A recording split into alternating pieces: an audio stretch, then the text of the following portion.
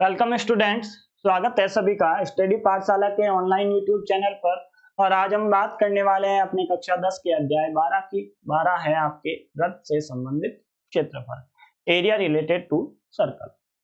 अब हम बात करेंगे आज प्रश्नावली 12.3 की, सबसे महत्वपूर्ण।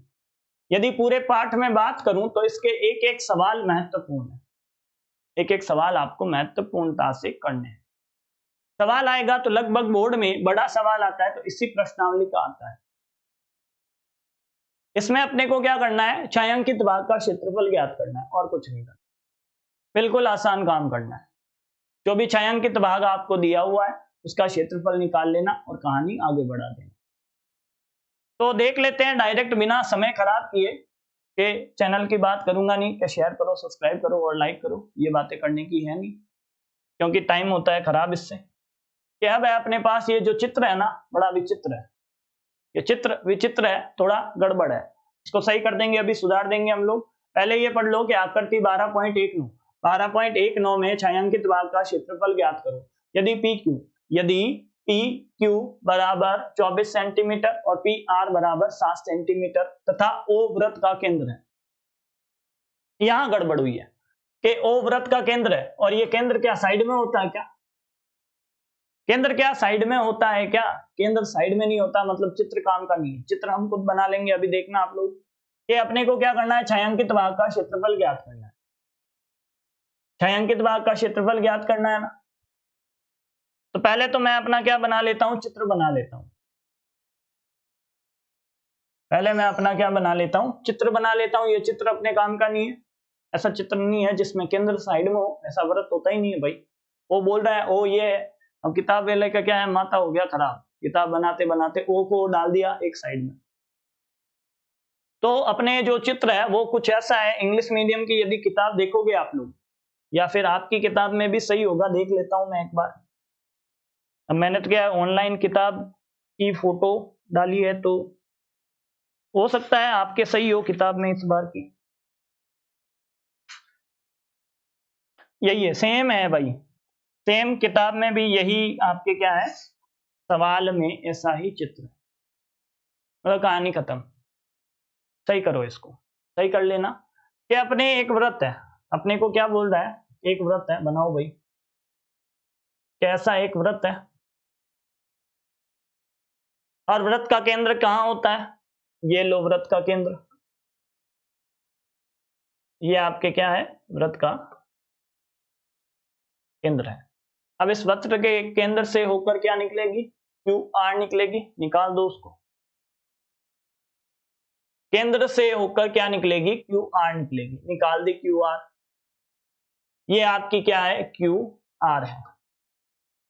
और इसकी परिधि के ऊपर ये क्या मिल रहा है आपको, एक बिंदु मिल रहा है। मान लो ये बिंदु यहाँ पे है, ये बिंदु P है। अब R और P को मिला दो और Q और R को मिला दो, और छायांकित भाग कौन सा हो गया, ये वाला छायांकित भाग हो गया आपकी,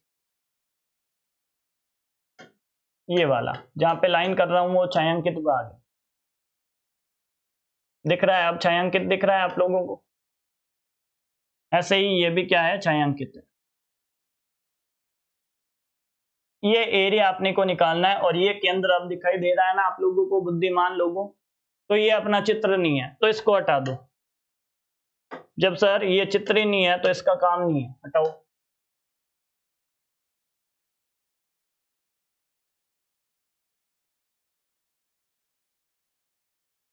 जब इसका काम नहीं है तो इसको मैं हटा देता हूं भाई, ये लो, और इसको उठा के वहां पटक देता हूं। भाई तेरी जगह यहाँ पे नहीं है, तेरी जगह है यहाँ पे। ये ले भाई, तू अपनी जगह पे आ जा। आ गया ये जगह पे, तो ऐसा चित्र है, आपको ऐसा छायांकित भाग निकालना है। अब यहाँ पे छायांकित भाग निकालने के लिए त्रिभुज में अपने को क्या क्या दिया हुआ है, कि पी क्यू बराबर दिया हुआ है 24 सेंटीमीटर। इतना आपको पता है, 24 सेंटीमीटर। और पी आर आपको पता है कि 7 सेंटीमीटर। पी आर है वो 7 सेंटीमीटर है। अब अपने को छायांकित भाग निकालना है। छायांकित भाग कहाँ है भाई? इस ऊपर वाले आधे वृत्त से तो अपने को मतलब है ही नहीं। ऊपर वाले आधे वृत्त से मतलब नहीं है तो अपने को आधे नीचे वाले वृत्त से मतलब है।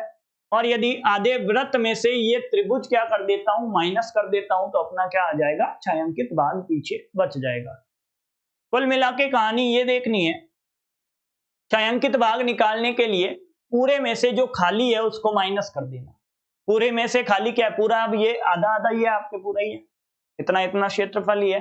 ऊपर वाले का तो काम ही नहीं है, ऊपर वाले को हटा दूं तो भी अपने काम चले। कि इस आधे में से ये खाली क्या है? ये त्रिभुज खाली है, उसको माइनस कर दो। अब त्रिभुज को माइनस करने के लिए सबसे बड़ी दिक्कत आती है कि ये त्रिभुज कैसा है। भाई एक वृत्तखंड होता तो मैं क्या करता? आसानी से मान निकाल लेता, है ना। अरे भाई साहब सॉरी बच्चों, हो जाती है कई बार ऐसी आपत्तिजनक घटनाएं हैं, ये छींक आ जाती है। अब माइक बंद करूं उधर जाऊं तब तक तो रुका थोड़ी नहीं जाता है। कि पी क्यू और पी आर, अब अपने को ये देखना है कि ये त्रिभुज कैसा है। यदि ये पता चल जाए तो हम क्या कर सकते हैं? अपना काम कर सकते हैं। कि जब भी आप लोग देखना, जब भी अर्धवृत्त के अंदर, किसके अंदर? अर्धवृत्त के अंदर कोई भी त्रिभुज बना हुआ हो और वो किसके ऊपर हो? व्यास के ऊपर हो। उसकी एक भुजा व्यास है और उसका एक शीर्ष है, वो परिधि के ऊपर क्या करता हो? टच करता हो। तो उस त्रिभुज के ऊपर जो परिधि के ऊपर बिंदु टच करता है या स्पर्श करता है या परिधि के ऊपर है, वहां पे आपके हमेशा कोण बनेगा 90 डिग्री का। कितने डिग्री का कोण बनेगा? 90 डिग्री का कोण बनेगा। ऐसा क्यों होता है? कि ऐसा आपके कक्षा 9 में जो वृत्त का पाठ है उसमें एक परमेय है। अब वो परमेय तो पढ़ने से रहे, हम 9वीं क्लास में तो जाने से रहे, तो उसका उपयोग कर लेते हैं यहाँ पे। कि चूंकि त्रिभुज पी क्यू आर, कौन सा त्रिभुज है? पी क्यू आर के बारे में पहले ये देखता हूं कि ये 90 डिग्री वाला त्रिभुज है भाई, तब जाके अपनी कहानी आगे बढ़ेगी। कि पी क्यू आर एक समकोण त्रिभुज है। ये क्या है? समकोण त्रिभुज है। क्यों है? और इसमें समकोण या कोण P क्या है? 90 डिग्री है। P क्या है? 90 डिग्री है। अब ये क्यों है? क्योंकि, या क्यों है? क्योंकि व्यास के ऊपर वह P परिधि पर है। ऐसा अच्छा नहीं लग रहा है ना, ये थोड़ा गड़बड़ गड़बड़ सा लग रहा है अपने, थोड़ा सिस्टमेटिक नहीं है। इसको हटा के ऐसा लिखते हैं कि व्यास के ऊपर अंतरित त्रिभुज जो कि या जिसका एक शीर्ष परिधि पर स्पर्श करे वो क्या होता है? समकोण होता है। ये बात लिखते हैं कि क्योंकि व्यास पर बना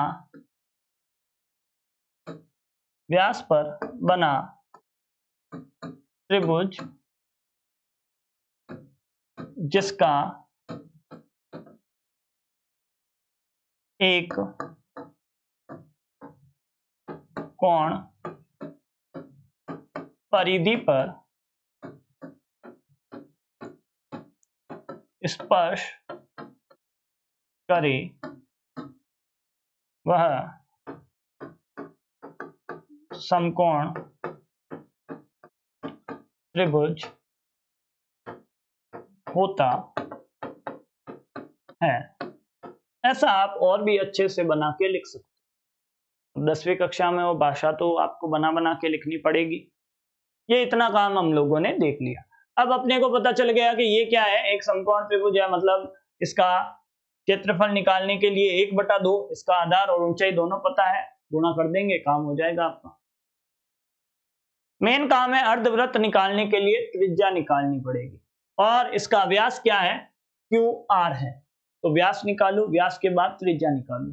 तो अब यहाँ पे अपना काम है कि इसके अंदर मैं क्या कर देता हूँ, पाइथागोरस प्रमेय का उपयोग कर लेता हूँ। इसका उपयोग करूंगा, पाइथागोरस प्रमेय का उपयोग करूंगा कि त्रिभुज पी क्यू आर में,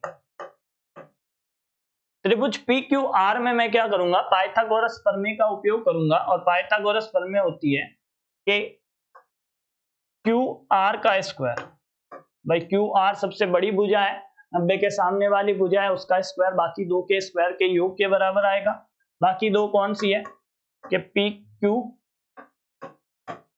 प्लस पी आर और उसका स्क्वायर।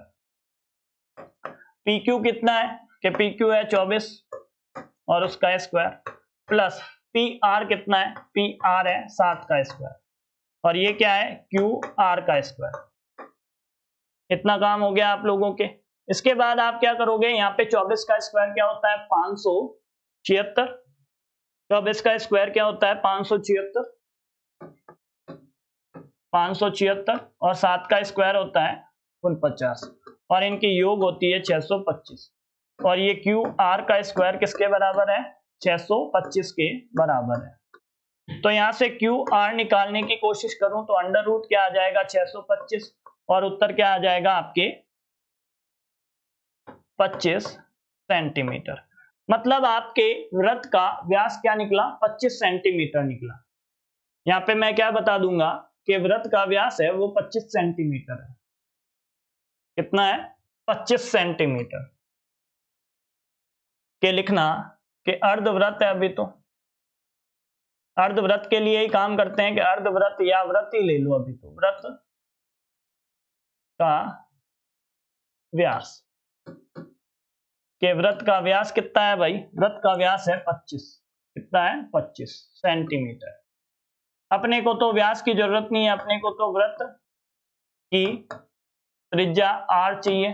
वृत्त की त्रिज्या r क्या हो जाएगी, 25/2 हो जाएगी आपके पास, और किस में हो जाएगी, सेंटीमीटर। इकाई लिखना भूले तो एग्जामिनर नंबर देना भूल जाएगा। कि ये आ गया 25 सेंटीमीटर। उसके बाद में अपने को कहानी बतानी है कि अर्धवृत्त, अर्धवृत्त के क्षेत्रफल में से क्या माइनस कर लिया, त्रिभुज का क्षेत्रफल माइनस कर लिया, आपका काम हो गया। कि अब यहां पे लिखना है कि छायांकित भाग, छायांकित भाग का क्षेत्रफल, छायांकित भाग का क्षेत्रफल क्या होगा कि अर्ध वृत्त का क्षेत्रफल माइनस अर्धवृत्त का क्षेत्रफल, और माइनस किसको करूं, त्रिभुज पी क्यू आर का क्षेत्रफल। पी क्यू आर का क्षेत्रफल अपने को माइनस करना। अब माइनस करने के बाद क्या होगा कि सूत्र लगाएंगे हम लोग। तो अब यहाँ पे हम लोग क्या करेंगे, यहाँ पे थोड़े अपने सूत्र लगाएंगे। लगा दो आप लोग सूत्र। अभी हम क्या कर लेते हैं, यहाँ पे अपने सूत्र लगा देते हैं।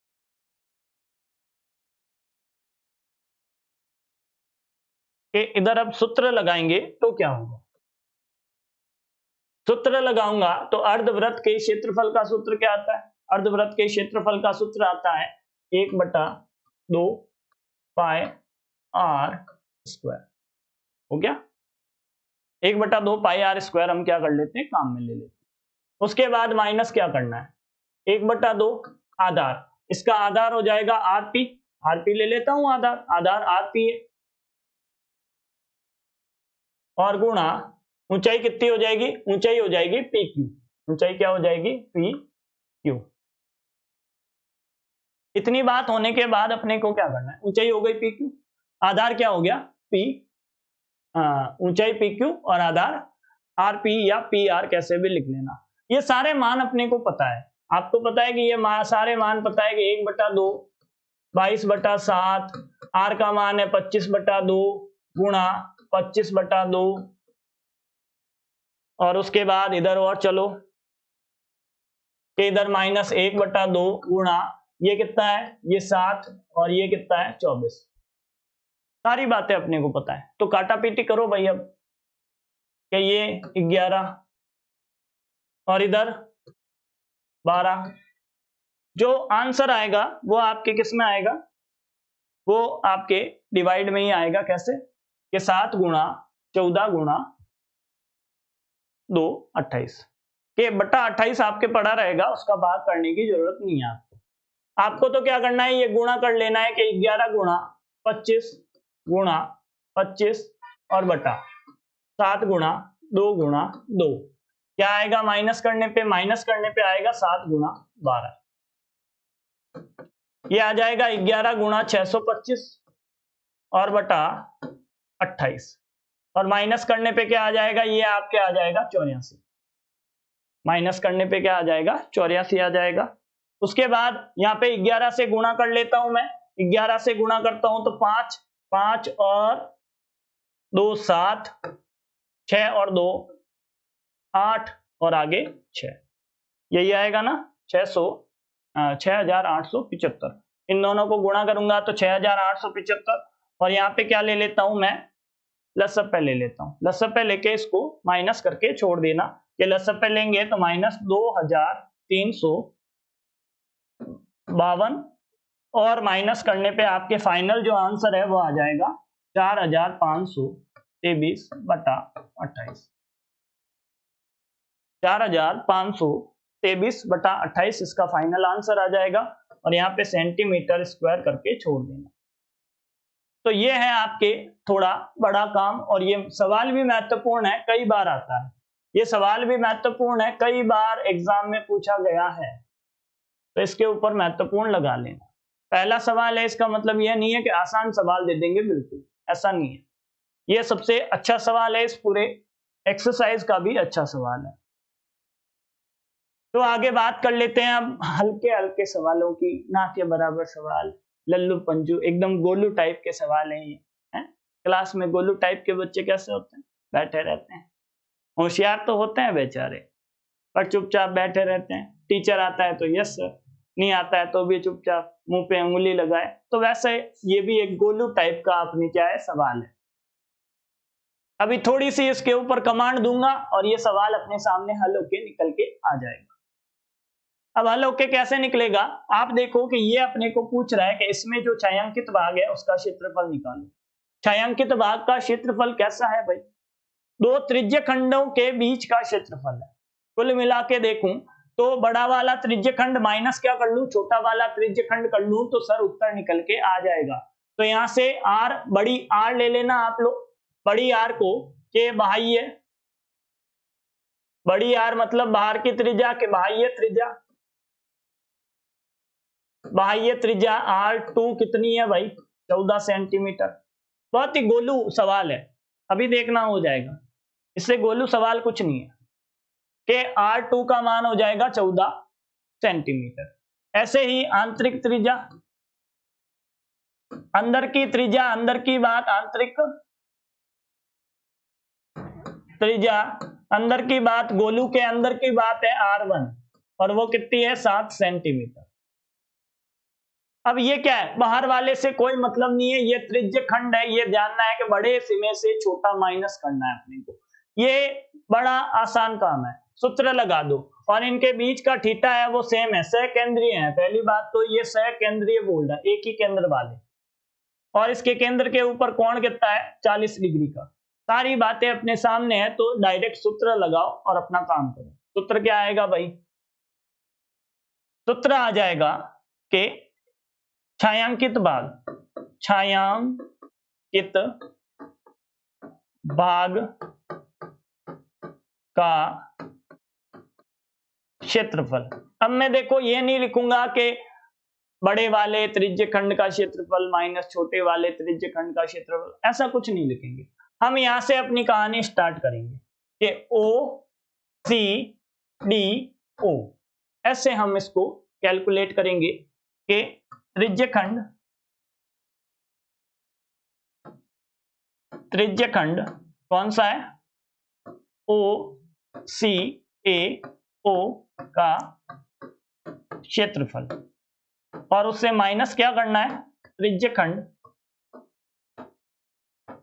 त्रिज्य खंड ओ डी बी ओ का क्षेत्रफल। ऐसे इन सवालों को अपने को लिखना है कि मार्किंग करनी है, A B C D E F G जो भी आपको मार्क करना है आप मार्क करना, उसके बाद ये बातें लिखना। ऐसे मत लिखना कि छोटे में से बड़े को माइनस कर लिया, बड़े में से छोटे को माइनस कर लिया। ऐसे अपने को अच्छा अच्छा लिखना है, थोड़ा क्या है भारी लगे, एग्जामिनर अच्छे से तोल तोल के नंबर दे। जितना 1 किलो का सवाल 1 किलो नंबर, 2 किलो का सवाल 2 किलो नंबर, ऐसे बारी बारी नंबर आने चाहिए, है ना। के उसके बाद यहाँ पे अब त्रिज्य खंड का सूत्र लगाओ। इसके लिए त्रिज्या क्या है, इसके लिए पाए r2 इसकी त्रिज्या है और उसका स्क्वायर थीटा बटा 360 डिग्री लगा दिया। एक सूत्र लगा दिया त्रिज्य खंड का। दूसरा लगाओ कि पाए r1 का स्क्वायर और थीटा बटा 360 डिग्री। हो गया काम बिल्कुल खत्म। अब यहाँ पे जो भी कॉमन लेना है वो आप लोग क्या कर लो, कॉमन ले लो।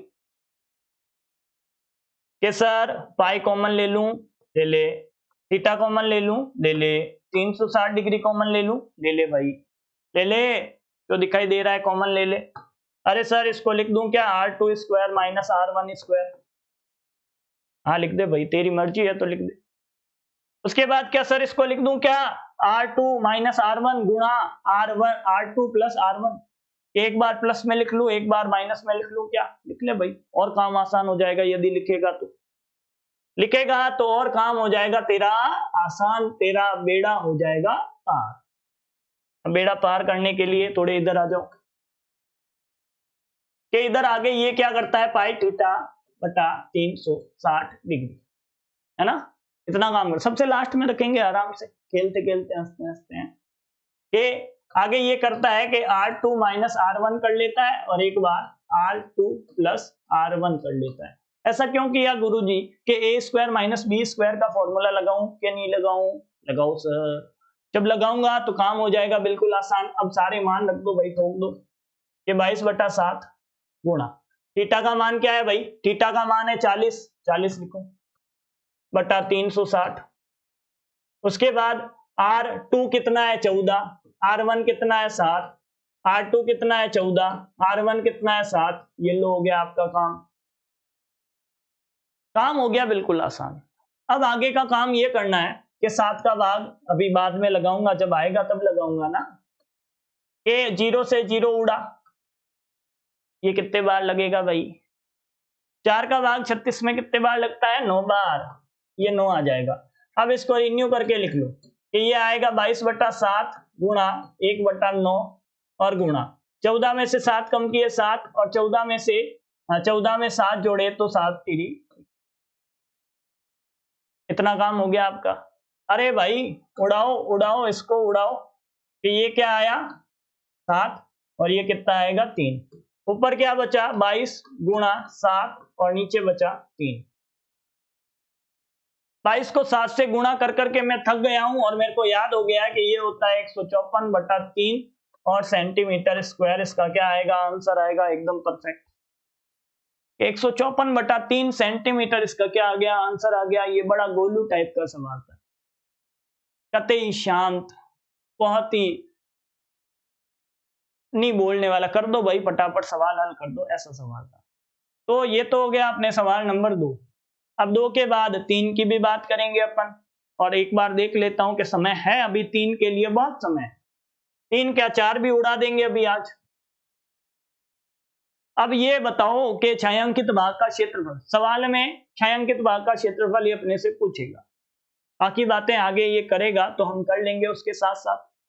अब ये भी कतई वो शांत बच्चा आगे बैठने वाला, टाइम पे होमवर्क करने वाला है, कि ऐसा बच्चा है कि अभी एक बार में मान पता चल जाएंगे।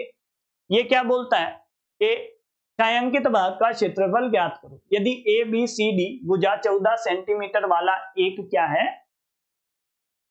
वर्ग है, एक वर्ग है, जिसके अंदर देखो एपीडी और बीपीसी दो अर्ध वृत्त है।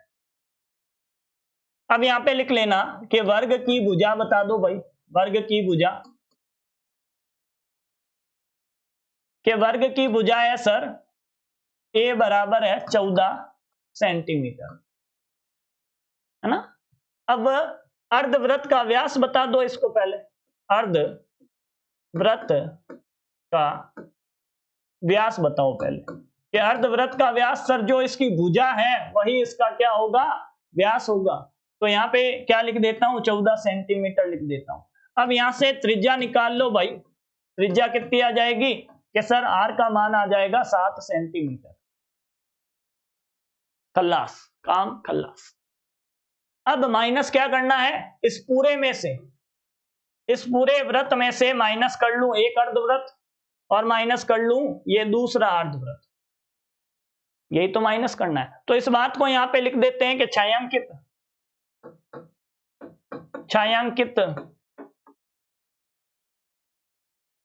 भाग का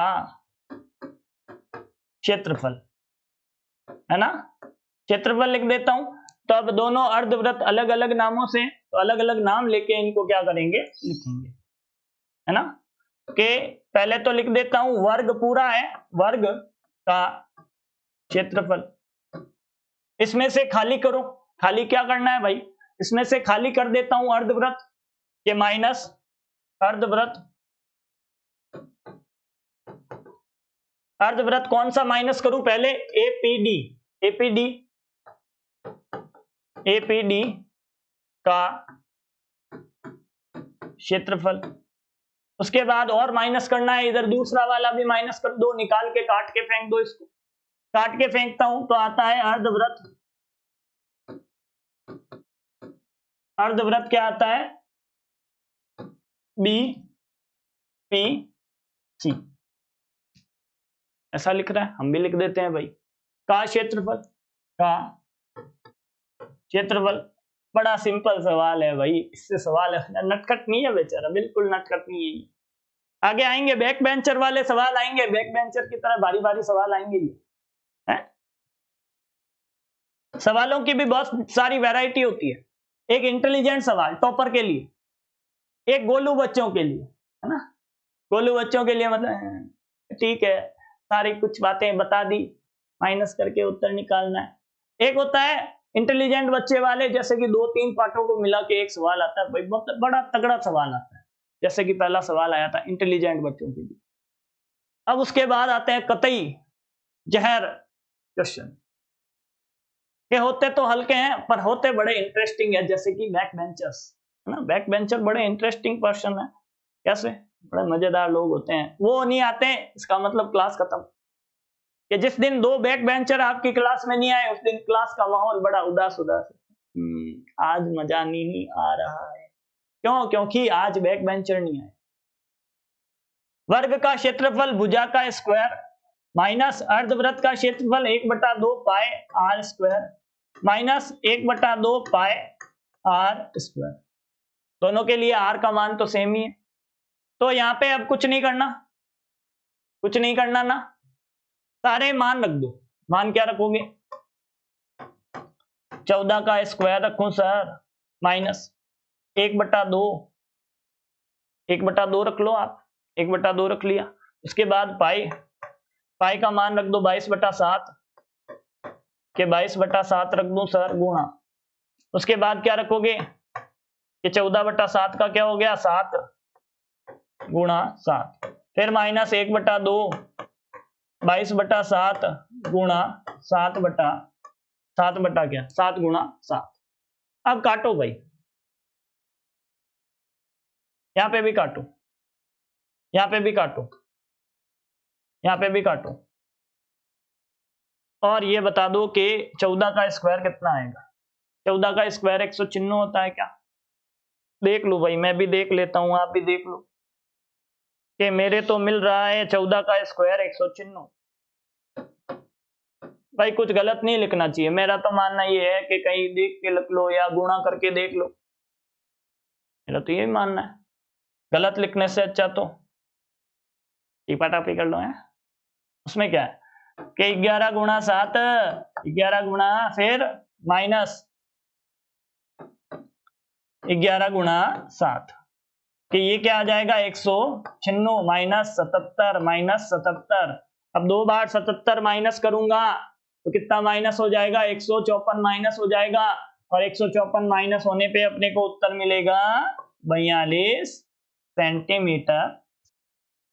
तो ये आसान सवाल है, जहर टाइप का सवाल। अरे सर ऐसे हल्के हल्के गोलू गोलू सवाल आएंगे तो बोर्ड परीक्षा में अपनी फतेह के डंके, जो फतेह की पताका है वो अपनी लहराएगी सर। किस तरह इस बार लहराई, 90 स्कोर ठोक दिया बच्चों ने। 90 आ रहे हैं तो 90, 40 आ रहे हैं तो 40, 50 आ रहे हैं तो 50। अरे वाह बोर्ड बोर्ड भाई, आज जोड़ता हूं ऐसे परिणाम को मैं कि भविष्य अंधकार में साफ साफ दिखाई दे रहा है इन बच्चों को। उसके बाद अब कुछ बच्चे जिनको मैंने बोला था ऑफलाइन में अरे तू पास नहीं होगा, उनके फोन आ रहे हैं मेरे पास है, अरे गुरुजी आप तो बोल रहे थे पास ही नहीं हो पाओगे। अरे भाई मेहरबानी है भगवान की तुम लोगों के ऊपर, ऐसे क्या कर रहे हो। कि ये तो हो गया अपने सवाल नंबर 3। अब हम आगे अगली क्लास में क्या करेंगे, सवाल नंबर 4 करेंगे। आज के लिए इतना ही काम करते हैं, और जिसको भी कुछ भी डाउट हो पीछे की क्लासों में, यदि कोई पीछे पढ़ाया हुआ चैप्टर पढ़ना हो तो लिंक सारे डिस्क्रिप्शन में मिल जाएंगे। 11वीं के 12वीं वाले भी लिंक डिस्क्रिप्शन में मिल जाएंगे, पूरी प्लेलिस्ट मिल जाएगी, वहां जाओ पढ़ाई करो और मजे करो, और इस गोले को टपाक से दबा के सब्सक्राइब कर दो, वो अपने आप हो जाएगा। और लेता हूं अलविदा, tata bye bye good bye.